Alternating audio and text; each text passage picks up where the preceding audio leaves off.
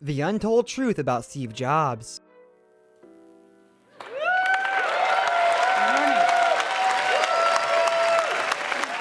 Before we start, I would want you to hit that red subscribe button so you never miss out on any of our videos. Hey guys, what's up? Welcome back to Entrepreneur Central. We know a lot about Steve Jobs, thanks to his willingness in the last years of his life to share stories with his biographer about what drove him to co-found Apple Inc. and reinvent the PC, music players, phones, and tablets. But there are plenty of Steve stories that you haven't heard around. And as with any great leader, neither Jobs nor his company came without flaws. These are the incredible and dark truths about Steve Jobs. Number 1, blunt but with taste. Guy Kawasaki, Apple's chief evangelist and liaison to the Mac developer community, was working in his cubic after the Mac was introduced in 1984 when Jobs showed up one day with another guy in tow. Jobs asked Kawasaki for his opinion about a program from a Mac developer called Nowhere, which was short for the knowledge software the company made. Kawasaki says, "I tell him what I think," which is extremely negative. When I'm done, he turns to the guy, then he looks back to me, and then he says, "Guy, this is the CEO of Nowhere." The story illustrates Jobs' lack of hesitancy to hang his employees out to dry. There are two components to giving employees great feedback. It takes someone who has a taste to know when you did great or lousy, and it takes someone who's blunt enough to tell you. There are plenty of people who don't have taste but are blunt anyways. Number 2, the staff often suffered verbal abuse. Steve Jobs had a reputation for being a tyrant in the office. In 2008, Fortune reported that shortly after the disappointing launch of Mobile Me, an email system which would provide seamless synchronization features similar to the BlackBerry, Jobs reportedly doled out a half-hour of public humiliation of the team responsible, saying, "Can anyone tell me what Mobile Me is supposed to do?" Having received a satisfactory answer, he continued, "So why doesn't it do that? You've tarnished Apple's reputation," he told them. "You should hate each other for having let each other down." According to Fortune, Jobs ended his verbal accosting by replacing the head of the group on the spot. Number 3, Steve Jobs would fire people without notice. During his tenure as the chairman of the board of directors at Pixar, lost profits in the company's 3 endeavors, hardware, software, and animated content, forced Jobs to make a round of deep layoffs. Jobs insisted that the employees were to be let go without warning or severance pay. Pamela Kerwin, then Pixar's vice president and general manager, insisted that employees be given at least 2 weeks notice, to which Jobs was reported to have shot back, "Okay, but the notice is retroactive from 2 weeks ago." Number 4, Steve Jobs denied his paternity. When Steve Jobs was 23, his daughter Lisa was born out of wedlock. According to his ex-partner and Lisa's mother, Kristen Brennan, Jobs spent the next 2 years denying paternity. Jobs vouched that he couldn't be Lisa's father because he was sterile and infertile, and as a result thereof, did not have the physical capacity to procreate a child. When Brennan told Jobs she was pregnant, she recounted to the Daily Mail that he had a fiery look. "If you give up this baby for adoption, you will be sorry," he said, "and I am never going to help you. I soon quit the little job I had at Apple and went on welfare and started cleaning houses to make a little more money under the table." Number 5, Steve Jobs was against giving money to charity. At one point in his life, Steve Jobs spent some time thinking philanthropically. After leaving Apple in 1986, he started the Stephen P. Jobs Foundation, which closed just over a year later. Returning to Apple in 1997, Jobs immediately shuttered the company's philanthropic programs and never reinstated them. Despite the company's massive profits, Jobs did more good focusing his energy on expanding Apple as a company than he could by switching his focus to charity. When you consider Jobs' $7 billion net worth, it's astonishing that he has no public record of ever giving to charity. Number 6, disarm rather than charm. In 1989, NeXT, struggling to win over buyers, got a meeting with IBM to discuss licensing the Next Step software for use on IBM's OS/2 computers, recalls a former NeXT executive who asked to not be named. Executives from both companies gathered in a conference room at NeXT headquarters on Deer Creek Road in Palo Alto, California, waiting for Jobs to arrive. He finally came in, turned to the senior IBM executive, and said, "Your user interface sucks." This is kind of how he got to be a good negotiator. He would totally disarm people by dropping F-bombs, the NeXT executive recalls. Number 7, Apple uses fear and intimidation to silence the press. Under Jobs' rule, Apple's legal team became known for intimidating journalists. One such instance occurred in 2005, when the company brought a civil lawsuit after 19-year-old blogger Nick Chiarelli correctly reported the existence of the Mac Mini prior to its launch. The legal skirmish only ended after Chiarelli agreed to shut down his blog forever. Gizmodo staff also report that after the tech media outlet posted a video of an iPhone 4 prototype, Apple complained to law enforcement, who later raided editor Jason Chen's home. Hi, I'm Steve Jobs, and I make computers.